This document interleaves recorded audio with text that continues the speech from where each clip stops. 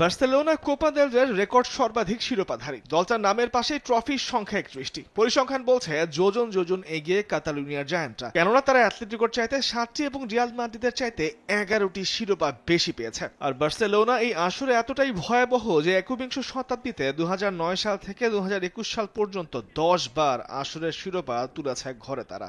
অবশ্য তারপর থেকে উল্টো রথে হারছে দলটার কোপা দেল রের ভাগ্য। 21-22 মৌসুমে বার্সেলোনা রাউন্ড অফ 16 থেকে বাদ পড়েছিল, শিরোপার মঞ্চে আর পা রাখা হয়নি তারপর থেকে। তবে সময়ের সবচাইতে বড় যে শক্তি সেটা হলো সময় বদলায়। সেটাই হয়তো হচ্ছে বার্সেলোনাতেও। ফ্লিকের অধীনে থাকা দলটা লা লিগায় ফিরতে শুরু করেছে আপন ছন্দে। লিগ টেবিলে 3-এ থাকলেও পয়েন্ট ব্যবধানটা মাত্র 3-এ নামিয়ে এসেছে টেবিল টপার রিয়াল থেকে। তার উপর মৌসুমে ভরাডুবির পর টানা 9 ম্যাচে অপরাজিত সব প্রতিযোগিতায় কাতালুনিয়ার জায়ান্টরা। কোপা দেল রেতে সবশেষ 8-এর আগে দলে রয়েছে বেশ কিছু ইনজুরি সমস্যা।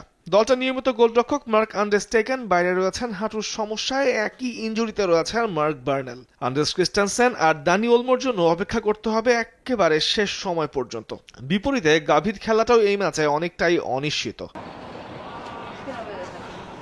বার্সেলোনার জন্য সবচেয়ে বড় দুশ্চিন্তা হয়তো হতে পারে এই ম্যাচে পেনার খেলাটা, কারণ এই গোলরক্ষকে ভরসা করতেই দর্শকদের বাজি রাখতে হয়। তবে কুন্দে, গার্সিয়া, বালদে, পেদ্রিরা হয়তো প্রতিপক্ষকে ভালোই সামালটা দেবেন মাঝমাঠ আর রক্ষণে। ইয়ামাল, রাফিনা, লেভানদোভস্কির সারতে হবে ফিনিশিং এর কাজটা। অন্যদিকে বার্সেলোনার 31 ট্রফির বিপরীতে ভ্যালেন্সিয়া নিজেদের ক্লাব ইতিহাসে জিতেছে 8 বার কোপা দেল রে শিরোপা, যা শেষটা 21-22 মৌসুমে। এই ম্যাচের আগে দুদলের মুখোমুখি হওয়াটা যেন এক অসম লড়াই। যেখানে বার্সা লড়ছে লা লিগার শিরোপা লড়াইয়ে, সেখানে রেলিগেশন জোনে ভুগছে ভ্যালেন্সিয়া, রয়েছে টেবিলের 19 নম্বরে। 22 ম্যাচে দলটার নামের পাশে পয়েন্ট মাত্র 19, জয় পুরো আসরে মাত্র 4টিতে। তবে সাম্প্রতিক ফর্মটা বেশ আশা জাগা নিয়ে ভ্যালেন্সিয়ার জন্য। শেষ 5 ম্যাচে জয় 3টিতে, কোপা দেল রের শেষ ম্যাচেও জয় পেয়েছে 2-0 গোলের ব্যবধানে। তবে বার্সা নিশ্চয়ই চাইবে না পচা শামুকে পা কাটতে, তাই তো সাবধান, সাথে আসরের সেমির স্বপ্নটাও চাইবে বাস্তবায়ন করে এই মাঠ ছাড়তে।